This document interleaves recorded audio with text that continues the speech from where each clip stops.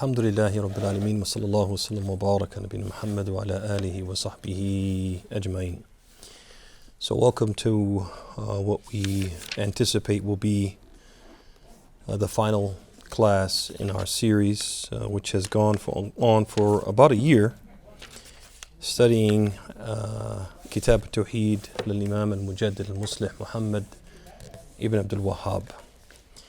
And we will be beginning tonight with chapter number 64.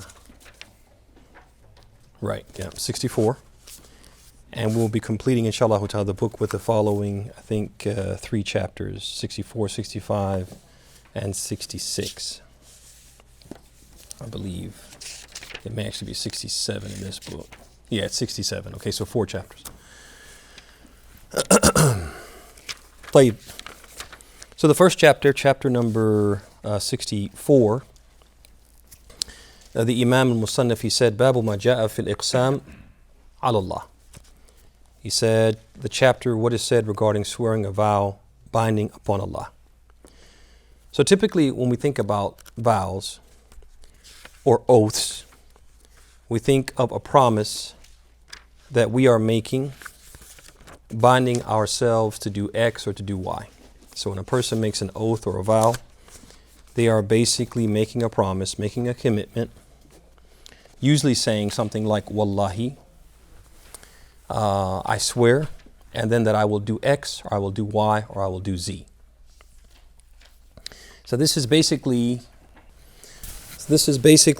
what we typically think of when we typically think of vows and oaths. But in some cases, a person might swear an oath which they intend to be binding upon Allah subhanahu wa ta'ala. They swear an oath which they intend to be binding upon Allah. So they'll say something like, Uqsim alayka ya Allah. They'll say, I swear binding you, O Allah, to do X, Y, and Z. Or they'll say, Wallahi la yaf'alullahu kadha.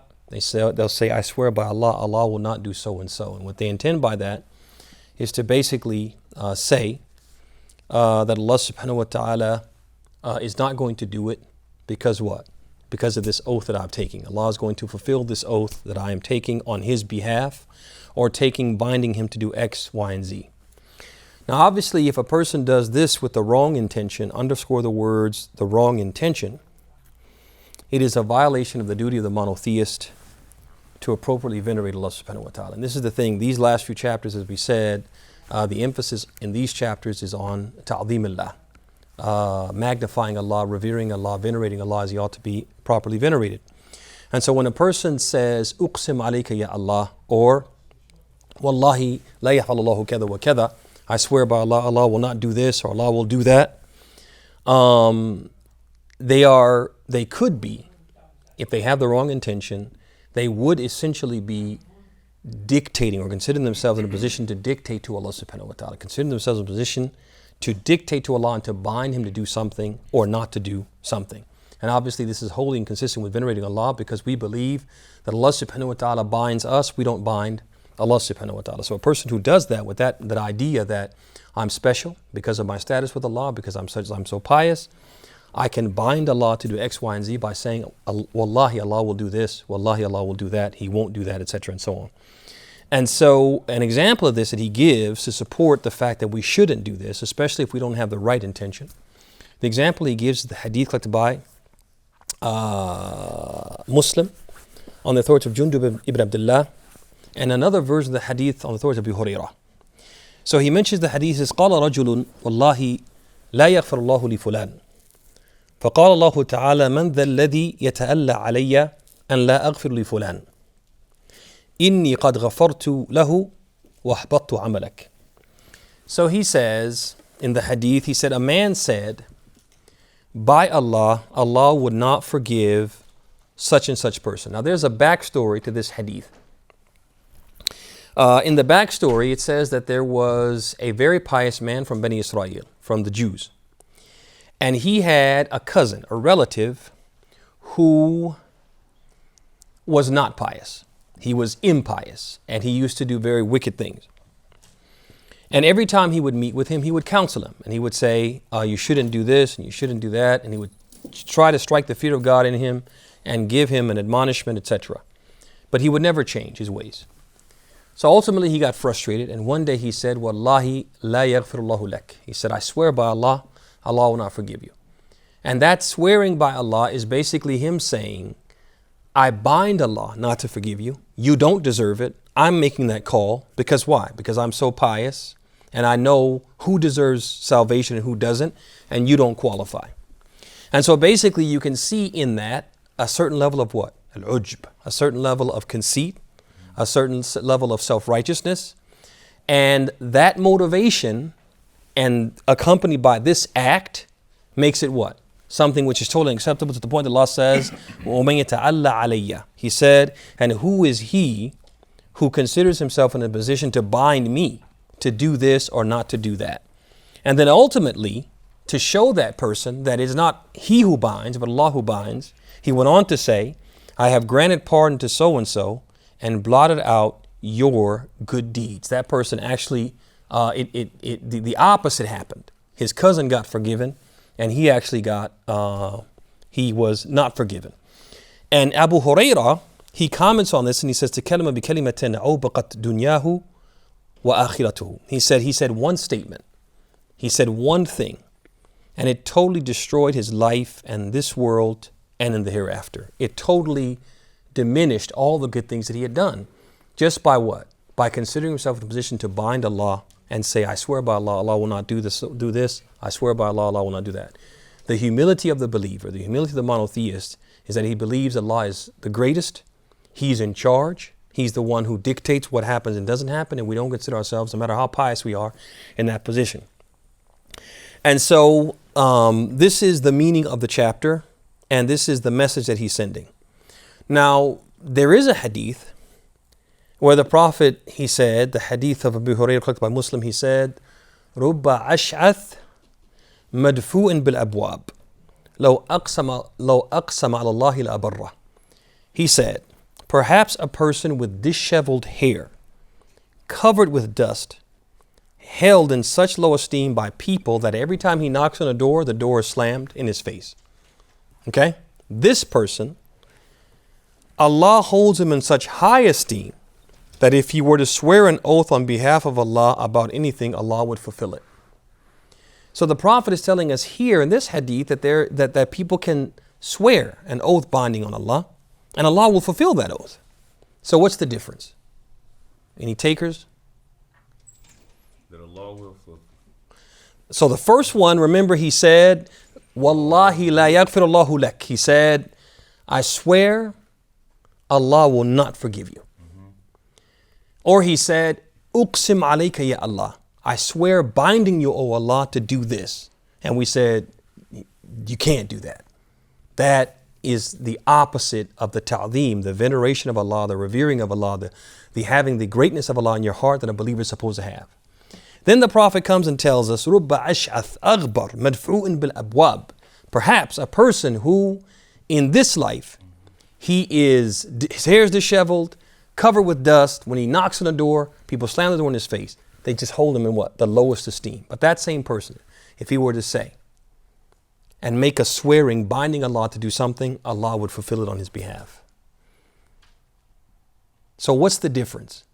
In one case, it was something good, and in the other case, it was something bad.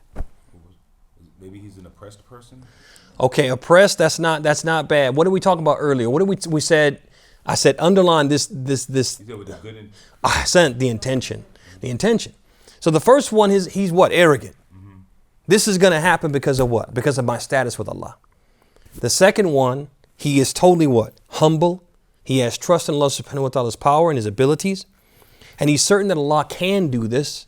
Mm-hmm. And if I am sincere, Allah will do this. Not because of me, but because of what? Because of his kindness and because of his ability and because he's with the believers, etc. and so on. And so that's the difference between the two. So if the person says it out of arrogance and self-righteousness, it's a contradiction of at-Tawheed and a contradiction of the azama, the greatness of Allah that we're supposed to have in our hearts. طيب, okay. Let's look at the next chapter, which is chapter number 65. باب لا يستشفى بالله على خلقه. Basically, seeking Allah's intercession with His creation is not permitted. Now, if you guys remember, not too far into the book, there was a chapter that the Imam gave called Bab al-Shafa'ah, the Bab of intercession. And we talked about the dynamic of intercession, right? So what are those dynamics? Kind of remind me, let's refresh our memory of the dynamics of intercession. Even in this world, think about it. What are the dynamics of intercession? There is no intercession. Well, what if we're talking about in worldly matters? Go ahead. When you speaking about it's directly between you and Allah, like not having a. Okay, now in worship, you're right. In worship, you're right, and when we talk about things that are otherworldly, like somebody is going to intercede to get you into paradise, get your sins forgiven. There's none of that. But let's just put on a worldly level before we go to the otherworldly level. Okay, so let's say, for example, there's a person who has a problem, and he wants to get it resolved. And he's gone through the normal channels and he just hasn't had any success. So typically in this world, what we typically do, or what one means that people will employ to do that, is they'll use something called connections. It'd have to be something that the person's capable of doing. Mumtaz. Okay, so they have to be capable. But what are the dynamics? Who are the players in a situation like that? Who are the players? Okay, so that would be the one, what they call al-mashfu'i ilay, the one whose intercession is sought. You guys see that? Al-mashfu'i ilay. You guys see that? Okay. So you have somebody who they're able to do whatever it is that you want done. So let's say you want to get hired in a company, and they're what? They're the director of what? Of HR. So they're what? They're the person who, if this person says yes, it's going to happen. You got that? Then you got the what? The person asking. The person asking, right? Al-mashfu' fihi. The one who's saying, hey, I need to get a job. Now what's missing now? The middleman. Mumtaz, the intermediary, right? As-Saafiy. You guys see that? The Saafiy. So you got these three players. You guys see that? Okay, now. So let's look at these two players here. As-Saafiy, the interceder or the intercessor. And al-mashfu' ilay, the one who we're going to ask him to do X, Y, or Z on behalf of what? Al-mashfu' fi. So this one here and this one here, are they on equal footing? Is their status the same? No, usually not. Okay, and why not? Why not? So then the middleman could do it himself. Exactly. If we're the same, if there's two, like for example, let's say there's two hiring directors. Hiring director A, hiring director, it doesn't work like that, but I'm just hypothetically speaking, two hiring directors, A and B, and they both have the same power. You guys see that? And I can just go to A and say, hey, can you do this for me? I don't need A to go and ask B. You guys see that? So they can't be equal. Like, is it possible for A to be more powerful than B? Not likely. Does that make sense? No. Because if I have more authority, if A has more authority than B, he doesn't need to ask B. You guys see that? And suppose I went to A and told him, hey, can you ask B for this? What do you guys think about that? It's undermining A. Well, I'm going to A and saying, hey, can you ask B? But B is what? Beneath him. He's the assistant director. So not undermining it. I mean, It's the wrong way. Well, let me ask you this question. Would A go to B? No. Would A go to B? No. Would A leave his corner? Would A leave his corner office and walk down the hall to a cubicle and say, "Hey, I was wondering if you would be willing to give so and so a job." It would be offensive to A, and A would be then doing what? He would be belittling himself. You guys see that? طيب, so in this chapter he says, باب لا يستشفع بالله على خلقي. What is he saying? He's saying we don't seek Allah's intercession with his creation. You guys see that? We don't go to Allah and ask Allah to intercede with what? With his creatures. Because if we did that, we would be asking the Khaliq to humiliate himself, to humble himself and ask permission from what? Al-Makhluq. You guys see that? And that wouldn't be appropriate Because Allah is what? He is the Khaliq. He is the master. He is the Lord. He's in control of everything. And he just says what? Be, and it is. And if he wants something done, it's going to get done. And no creature can tell him no. But if we go and we ask Allah to make shafa'ah for us, to what? To his khalq or with his khalq, it's as if we are not holding Allah in the proper esteem. As if we believe that the creation has the power to say no to Allah. You guys see that? And so this is what he's talking about, because it actually happened during the lifetime, as we're going to see, during the lifetime of the Prophet ﷺ, where some of his companions asked him to do what? To be his, to be their shafi'. I'm sorry. They said to the Prophet, we ask Allah to be our shafi' with what? With you. And the Prophet ﷺ got very upset about that, because it's not appropriate, and it shows you don't have the right understanding about Allah. You're not holding Allah in the right esteem. No one is above Allah that he would have to go to them and ask them for what? For their ask them for their permission for anything. So let's look at the hadith. The hadith was narrated by Jubair ibn Mut'im, and in it he said, جاء عربي إلى النبي صلى الله عليه وسلم فقال يا رسول الله نهكت الأنفس وجاء الإيال وهلكت الأموال فاستسقي لنا ربك فإن نستشفع بالله عليك وبك على الله. فقال النبي صلى الله عليه وسلم سبحان الله فما زال يسبح حتى عرف ذلك في وجوه أصحابه. ثم قال ويحك أتدري ما الله إن شأن الله أعظم من ذلك إنه لا يستشفى بالله على أحد. So in this hadith he says that there was a villager, an Arabi, somebody who didn't live in the city, who lived what? Lived outside the city, and they even translate it as what? A nomad.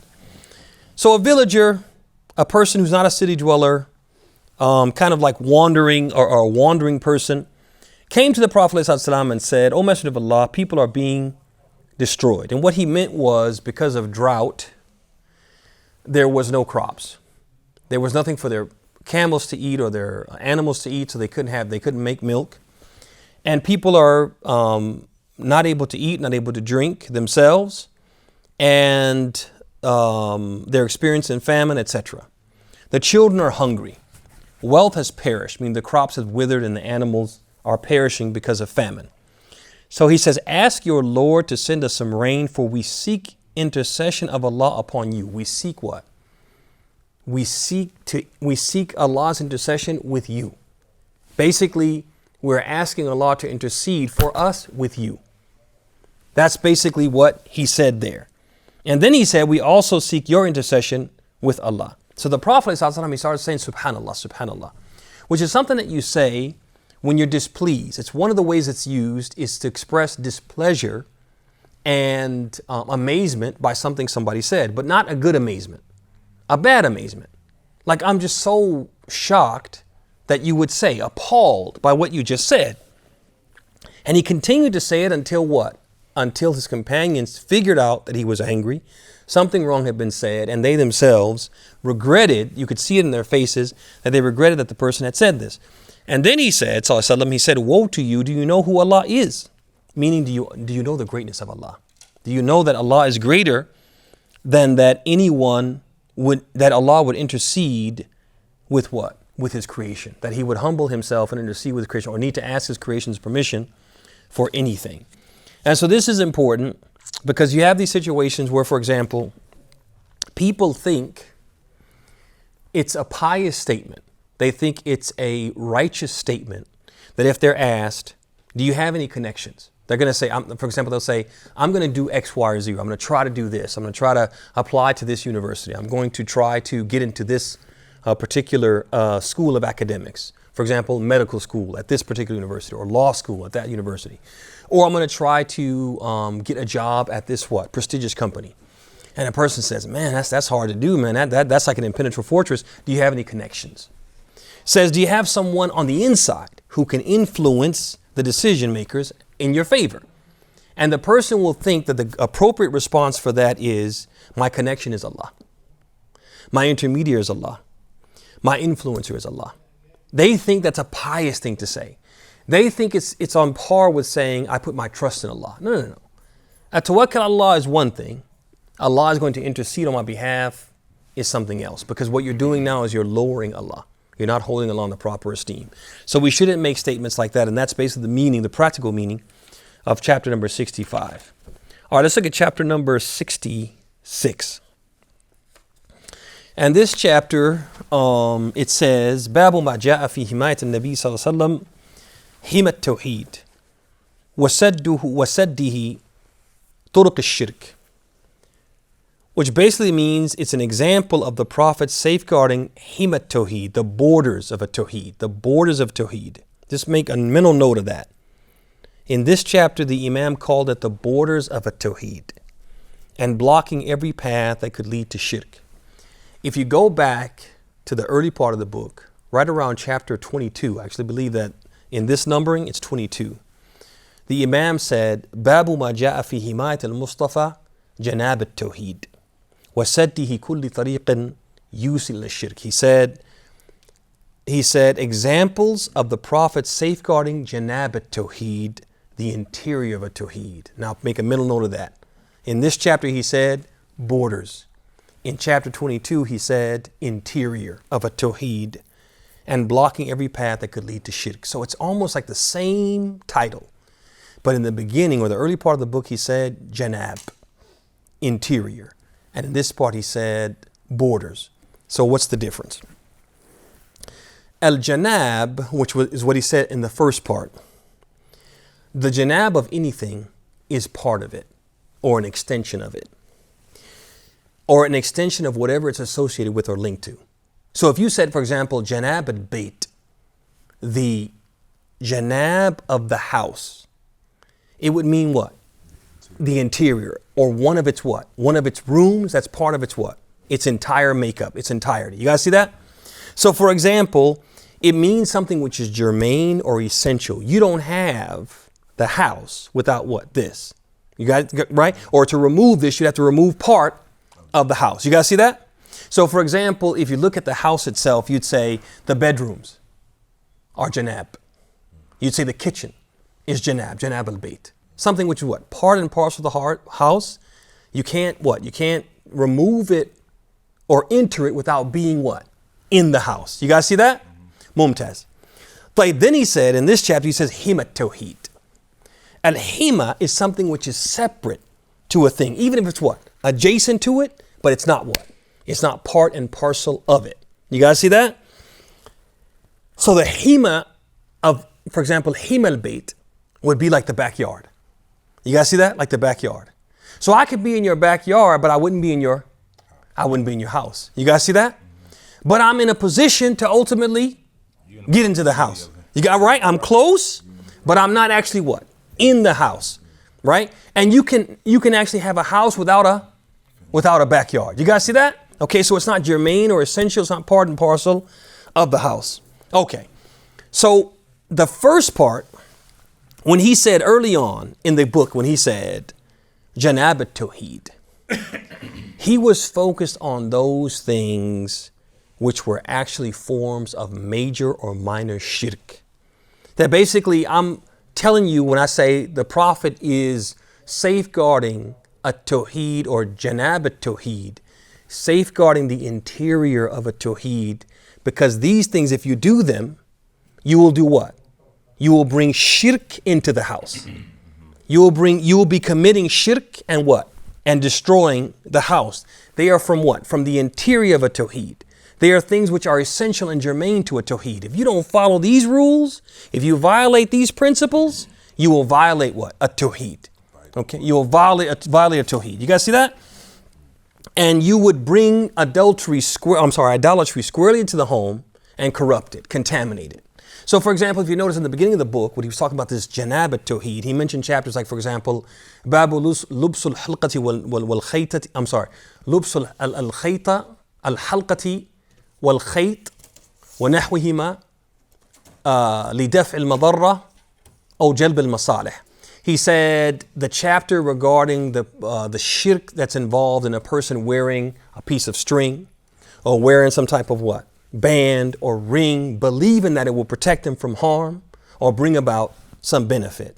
And he said, Babu ma ja'a fi dhabhi, Babu ma ja'a في الذبح لغير الله. He said, what has been said regarding slaughtering, sacrificing for other than Allah. Shirk, right? Then he said, من تبرك بشجرة أو حجر أو نحوهما. He said, the ruling of the one who seeks the blessings from a stone or from a tree. Again, shirk, clearly shirk. And he gave the example of the one who makes an oath to other than Allah. Clearly shirk. All these examples, and he called them what? at-Tawheed. at-Tawheed. Then he comes now, after clarifying what constitutes a shirk, major shirk, minor shirk, got all those chapters. These are the things that you got to keep them out of the house. Otherwise, you'll corrupt the house, you'll contaminate the house. Then he starts mentioning these things which they don't completely violate Tawheed. He turned his focus now to these issues that they're permissible. But although they are permissible, they are not themselves forms of shirk if they're not checked. If you don't keep what? Keep a lid on them. And you let them start small and grow and grow and grow. Pretty soon, they'll what? They'll evolve into what? To shirk and idolatry. Just like the person who is in the backyard approaching the home, if nothing's done to stop him, pretty soon he'll be in the home. You guys see that? And so basically here in this chapter, he's talking about things which are permissible to say, to do, to believe. But if they're not checked and then there's not a lid kept on it and there's no limits applied, pretty soon a person would enter into what? A shirk. And so what the Prophet used to do on these occasions, we're going to see, he would actually prohibit his companions from doing things which are permissible that could potentially lead to what? The prohibited. So we have the hadith on the authority of Abdullah ibn Shakhir, in which he said, انطلقت في وفد بني عامر إلى رسول الله صلى الله عليه وسلم فقلنا أنت سيدنا فقال السيد الله تبارك وتعالى قلنا وأفضلنا فضلا وأعظمنا طولا فقال قولوا بقولكم أو بعض قولكم ولا يستجرينكم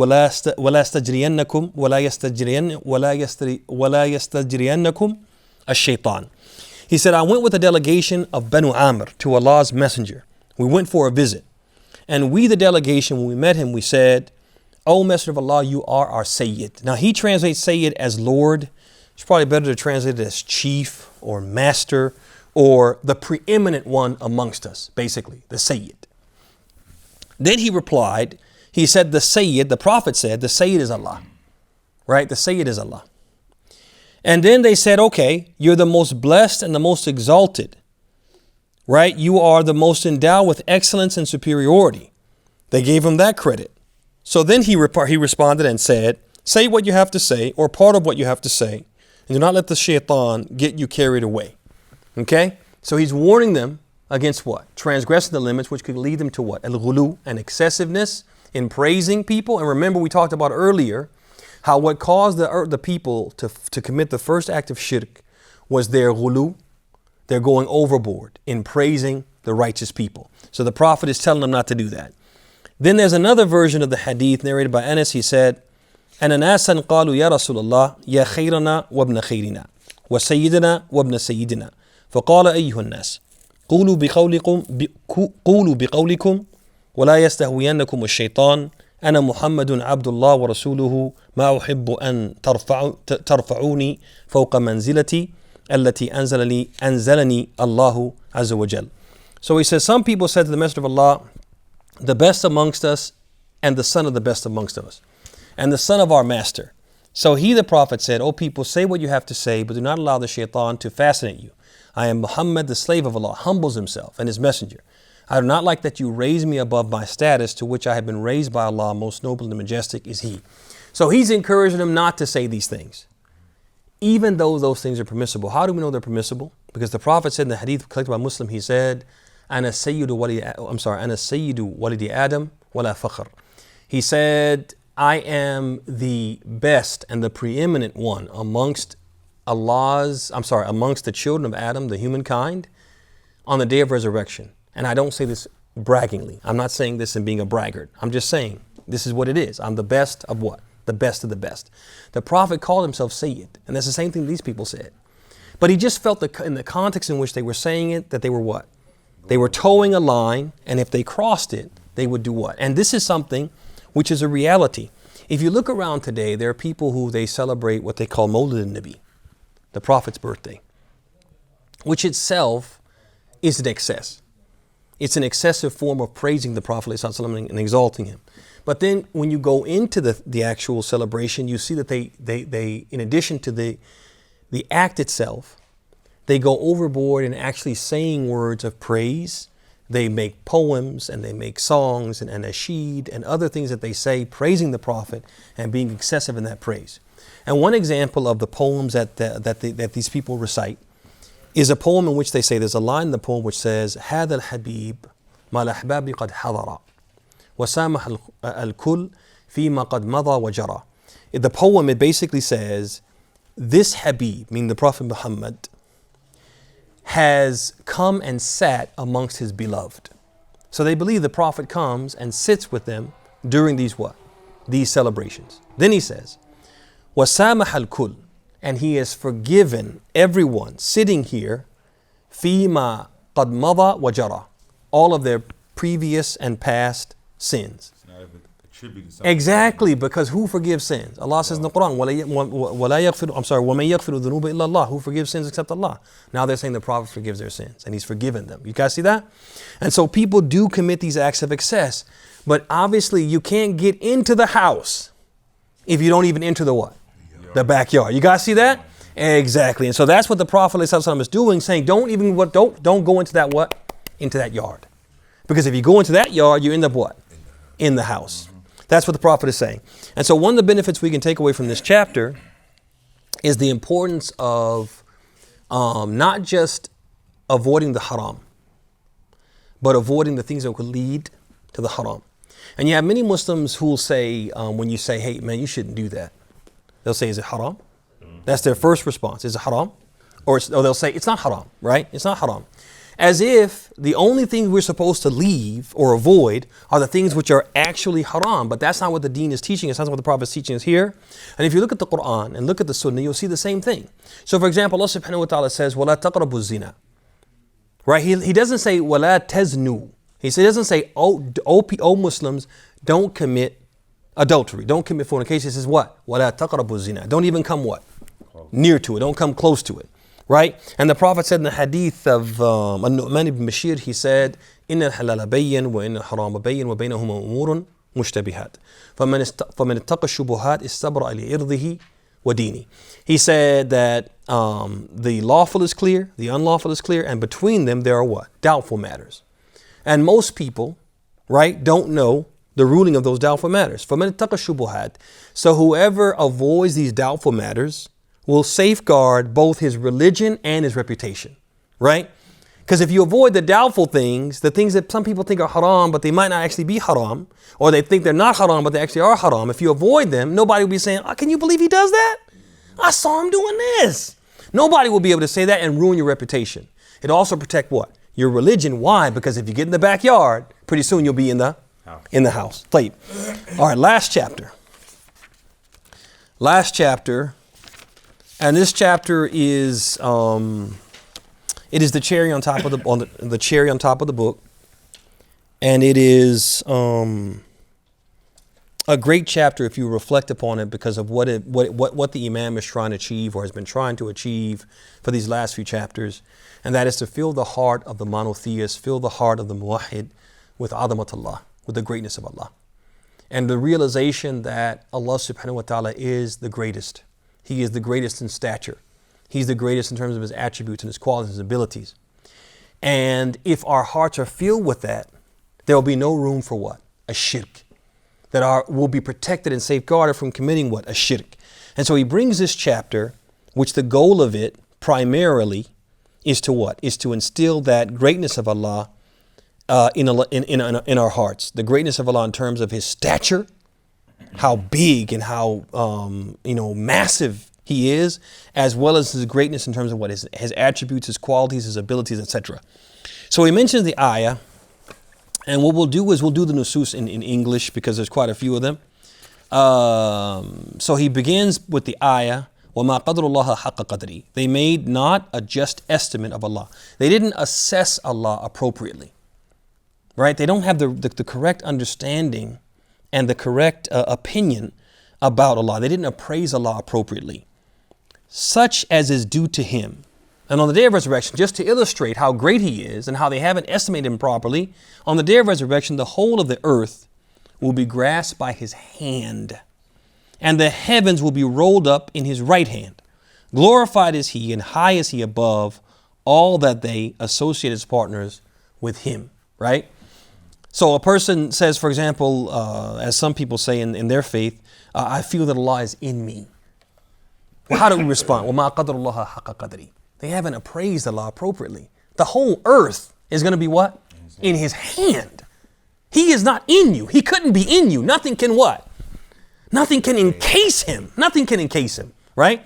Then he brings the hadith of Abdullah ibn Mas'ud, where a Jewish rabbi, a scholar from the Jews, he came to Allah's messenger and said, O Muhammad, we learned that Allah will put, we have read in our books. And so he's coming to the prophet to say, is it this way in your faith? Because this is what we read. He says, we learned that in our books that Allah will put all the heavens on one finger, and the earths on one finger, and the trees on one finger, and the water and the dust on one finger, and all the other created beings on one finger. Then he will say, Ana al-Malik, I am the king. Thereupon the prophet smiled so that his premolar teeth became visible. And that was the confirmation of the rabbi, because if he said something wrong, the prophet would have what? Told him it's wrong. If he described Allah inappropriately, he would have told him so. So when the prophet smiled, that's his tacit approval of what the rabbi said. Then Allah's messenger recited, they made not a just estimate of Allah, such as is due to him, and on the day of resurrection, the whole of the earth will be grasped by his hand. Recite the same verse from Surah Az-Zumar, 39:67. Then there's another narration of Muslim, وَالْجِبَالَ وَالشَّجَرَ عَلَى إِسْبِعٍ ثُمَّ يَهُزُّهُنَّ فَيَقُولُ أَنَا الْمَلِكُ أَنَا اللَّهُ. And the mountains on a finger, and the trees on one finger. Then he will shake them while saying, I am the king, I am Allah. In another version collected by Bukhari, it says, Allah will put the heavens on one finger, and the water and the dust on one finger, and the rest of the creation on one finger. And in Muslim, from Ibn Umar, in the Marfu' hadith is narrated, Allah will roll all the heavens up on the day of resurrection and take them in his right hand. And then he will say, I am the king. Where are the tyrants and where are the arrogant ones today? He will then roll up the seven earths and take them in his left hand and say, I am the king. Where are the tyrants and where are the arrogant ones today? Again, showing what? Just hammering us with these nusus, these texts which highlight Allah's greatness. Allah's greatness. You think of all the trees. Think of the mountains, the heavens, the earths, all of them on what? On one finger. And these narrations are not indicative that Allah's fingers are what? The number that you could add up. But it just tells us that Allah has what? Fingers. How many fingers? We don't know. We just know he has what? Fingers. And the hadith are not here to tell us Allah has this many fingers, but only that Allah has what? Fingers, and he'll put what? All of these massive creatures on what? On one finger. It is narrated from Ibn Abbas that he said, the seven heavens and seven earths will be as small in Allah's hand as a seed of mustard in one of your hands. Ibn Jarir said, I was told by Yunus, we were informed by Ibn Wahab. Ibn Zayd said, my father told me that Allah's messenger said, 7 heavens are as small as 7 dirhams, molded in a warrior's shield, in comparison to the kursi, literally the footstool of Allah. Now pay attention, the kursi is not the throne, al-arsh. The kursi is what? The footstool, which is smaller than what? Al-arsh. And he's saying, if you were to take 7 dirhams and throw them into what? Into a shield. The earth, or he says the 7 heavens and the 7 earths would not be that same size in comparison to what? To al-kursi, to the footstool. So how much greater is what? Al-arsh. And how much greater is Allah. You guys see that? Then he says, Ibn Jarir said, Abu Dhar said that he heard the messenger of Allah say, the kursi, Allah's footstool, compared to the throne, is nothing but like a ring of iron thrown in a vast field. So think about that now. We just learned that all of creation could be consumed by the kursi. And it will be consumed by the kursi like what? Like if you took a big shield and you threw what? A dirham in it, right? Then he says that the kursi compared to the throne is nothing but like the ring of iron thrown in a vast desert. So think about that, a ring of iron that you take off and you throw it in a desert. What's the comparison? There is no comparison. And again, Allah is greater than what? Than the throne. طيب ثم بعد ذلك he says, from Ibn Mas'ud, he said, the distance between the first and second heaven is that of 500 years. And between each of the seven heavens is also 500 years. And the distance between the seventh heaven to the kursi, Allah's footstool, is also 500 years. And the distance between the kursi and the water is again 500 years. And the throne, arsh, is above the water. And Allah the Almighty is above the throne. And nothing is hidden to Allah of your deeds. So don't think, because Allah is so far away from us, so far above us, that He doesn't what? He doesn't know what we're doing. No. None of your deeds are hidden from Him, despite what? Despite His greatness and the great distance between Him and you. Then reported by Ibn al-Mahdi from Hammad ibn Salama, from Asim, from Zir, from Abdullah ibn Mas'ud. It was similarly narrated by al-Mas'udi. There's a lot of chains of it. Basically, what they're saying is that this is a strong narration for Mas'ud, because why? It's supported by so many chains. Then it concludes by the narration that Allah's Messenger said, do you know how much the distance between earth and heaven is? We said, Allah and His Messenger know better. Then he said, the distance between them is 500 years, and the distance between one heaven to the next is 500 years, and the dimension of each heaven will take 500 years to travel. And there is a sea between the seventh heaven, the throne, which has between its lowest and highest ends the distance like that between the heavens and the earth, i.e. 500 years. And Allah the Most Exalted is above that, and nothing is secret from Him of the deeds of Bani Adam, humankind. So it just kind of affirms and restates what Ibn Mas'ud has narrated. Now again, this narration, the Imam, he cites these narrations, to make 2 points. The first one is the point that he had been making and leading up and culminating with this chapter, is that the greatness of Allah is what? The key to everything. It is, as as-Saafiy said, is ruh at-Tawheed.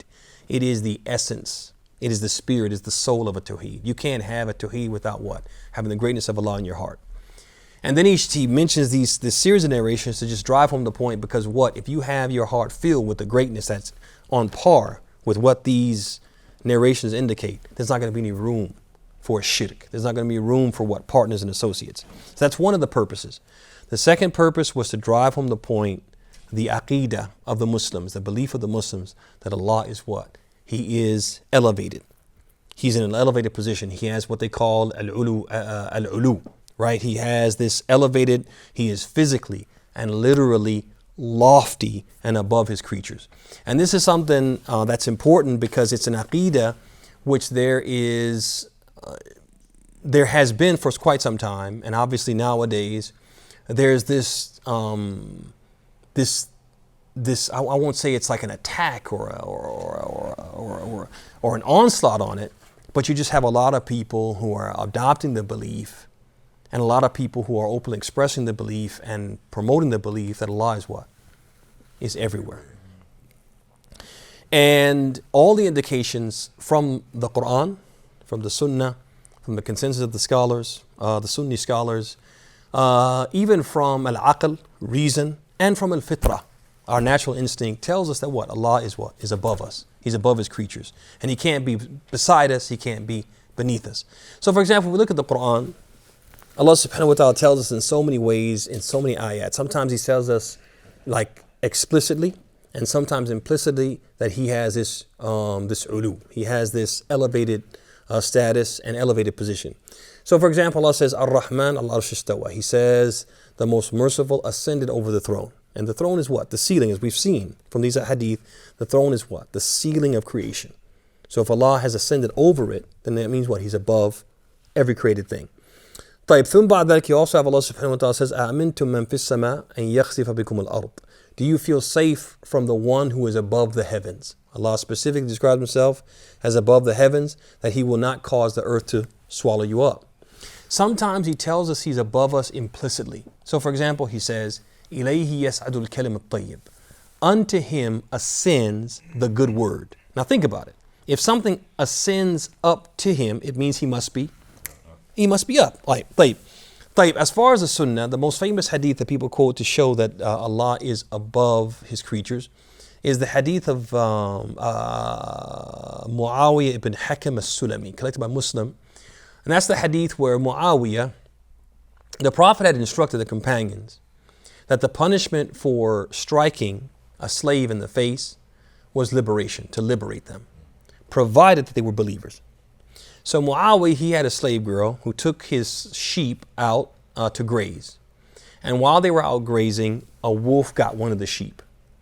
So when she came back with one less sheep, and she told him what happened, he became angry and he slapped her in the face. After that, he regained his senses and he said, "Oh, what have I done?" And the punishment for this is freeing her.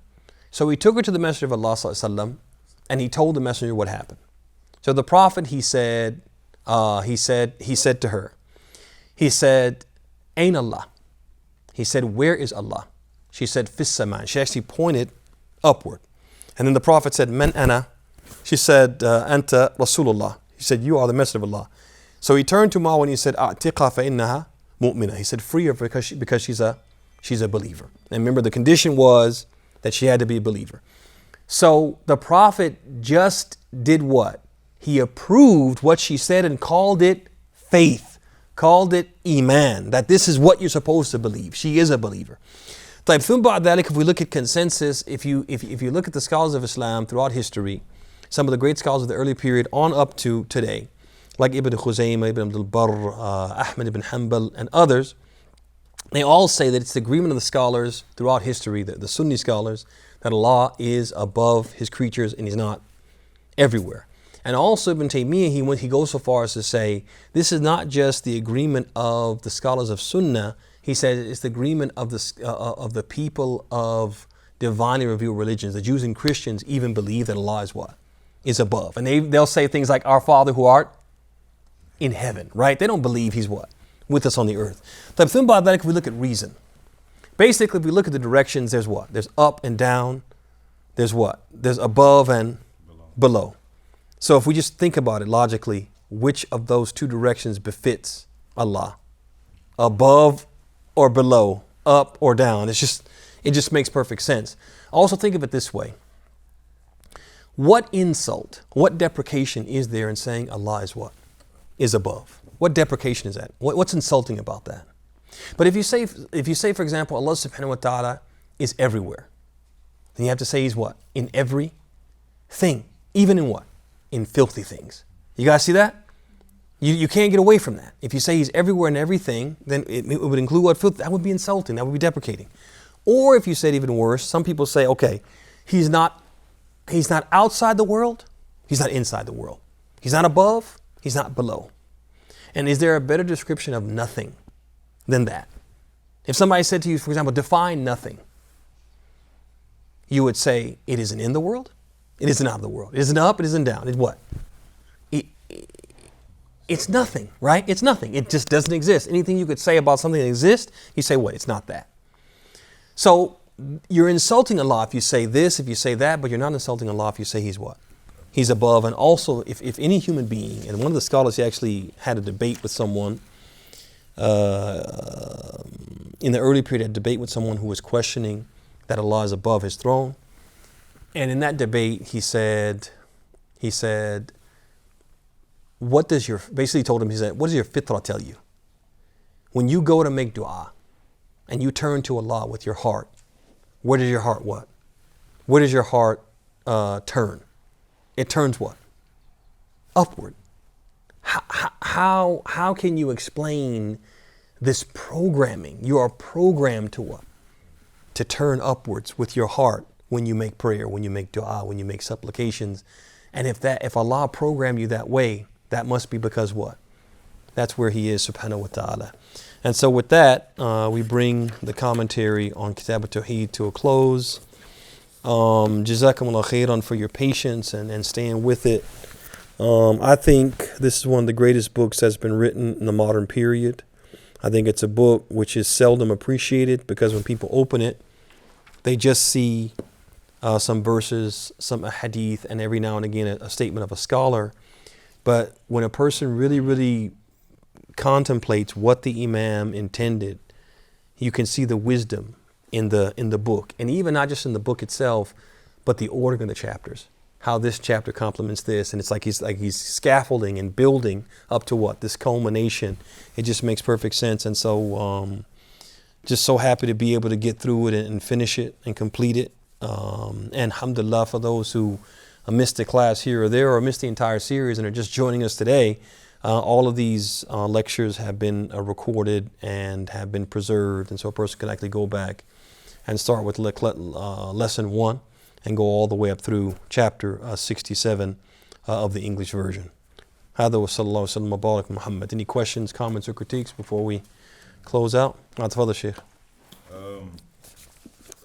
It's here where it says it's in a marfu hadith. Hey. What is? So marfu basically means it's not a statement of the companion that he just says this is how it is, but it's something that he said and indicated that he raised it to the Prophet. Marfu means what? It's been raised.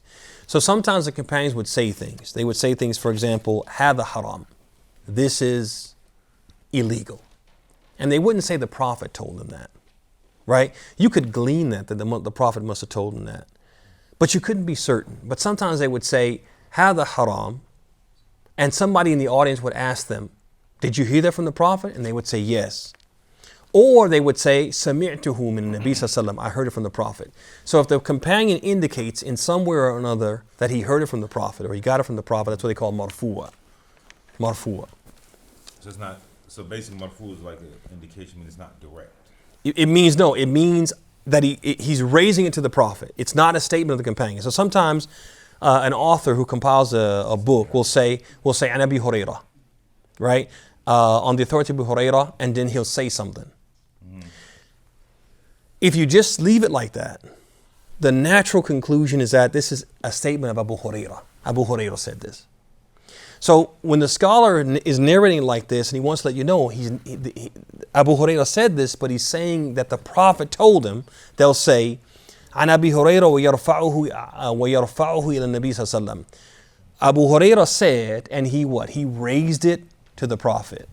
Meaning it's not his statement, it's a statement of the Prophet.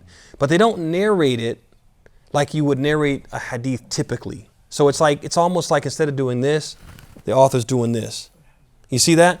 Because typically you would say, an Ibn Abbas and Rasul sallallahu qal, right? Ibn Abbas said, the Messenger of Allah said.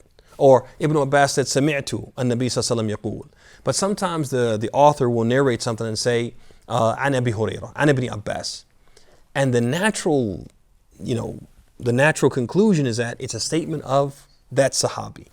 But what the scholar will do is he'll say yarfa'uhu to indicate that he said it, but he made an indication one way or another that he heard it from the Prophet. So it's a hadith and not just a statement of Abi Hurairah. Yeah, that's what marfu means. Okay. And I have just one other thing. And I know you're not supposed to just ask a bunch of questions.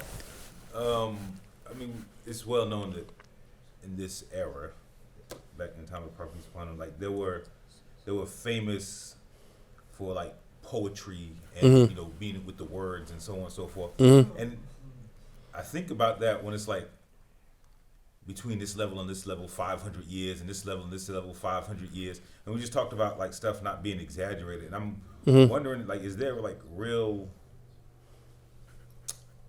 evidence or something to back this up, or maybe is this just some form of expression, basically just to say it's more than what you can imagine. It's 500 years. Where did this 500 come from? And then between this one and this one is another 500. Is it just speech of grandeur and making it put it beyond your imagination type thing, or I mean, are we to believe it's actually 500 years? That's a good question. It's not uncommon in Arabic language for a large number to be stated to indicate what? Just that. And it's a large number. And it's very common when, for example, the word 70 is used, right? Like when you talk 70. about the angels is pulling the hellfire. That's a lot of angels. Right. But again, the best thing when it comes to, unless we have reason, what I would say is this. The general principle should be this. If the Prophet ﷺ mentions a number or Allah mentions a number, we take the number literally unless we have reason to believe it's figurative. That's a general principle that the scholars have taught us. That we take the words of Allah and His Messenger literally unless we have reason to believe that it's figurative. So what we don't do is we don't make figurative the rule and literal the exception. We make literal the rule and figurative the exception, and only when we have evidence to the contrary. So if the Prophet said 500, we're going to say 500. It is literally 500. And if you say, well, how does he know? He knows because Allah told him and Allah created the universe. So we're going to take it literally unless we have reason to believe otherwise. Okay, so in this one here where it says Ibn Mas'ud said, Yeah. so that's Ibn Mas'ud saying that, unless that's Exactly. So Mas'ud. that ahsan. So the asl, the original rule is that that's a statement from Ibn Mas'ud. But it would have, so we would say this. We would say that it's from Ibn Mas'ud, وَلَهُ حُكْمُ الرَّفَعِ. It has the ruling, or it's treated the same way we would treat a hadith. Why? Not because he said the Prophet said, but because he's speaking about something that he could only know if he was taught by the Prophet. This is not something you can just figure out. You can deduce.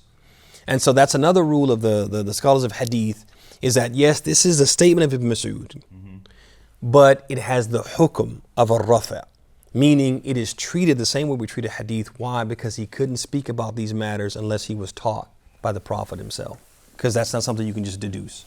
So anytime a companion says something that can't be deduced, even if he doesn't say the Prophet told me, we treat it like it's a hadith. Because why? Because he couldn't have deduced it himself. He couldn't, and they wouldn't lie. They wouldn't lie and make something up. So if he's saying this and he's saying it unequivocally, then he had to have heard it from the Prophet, because there's no way he could have known it on his own. Yeah, that's how we operate with those. Barakallahu feekum. Alhamdulillah. And being committed and consistent, we appreciate it. Jazakallah khairan. Alhamdulillah. Thank you all for being here, man. Alhamdulillah. هذا وصلى الله وسلم وبارك محمد وعلى آله وصحبه أجمعين. السلام عليكم ورحمة الله وبركاته.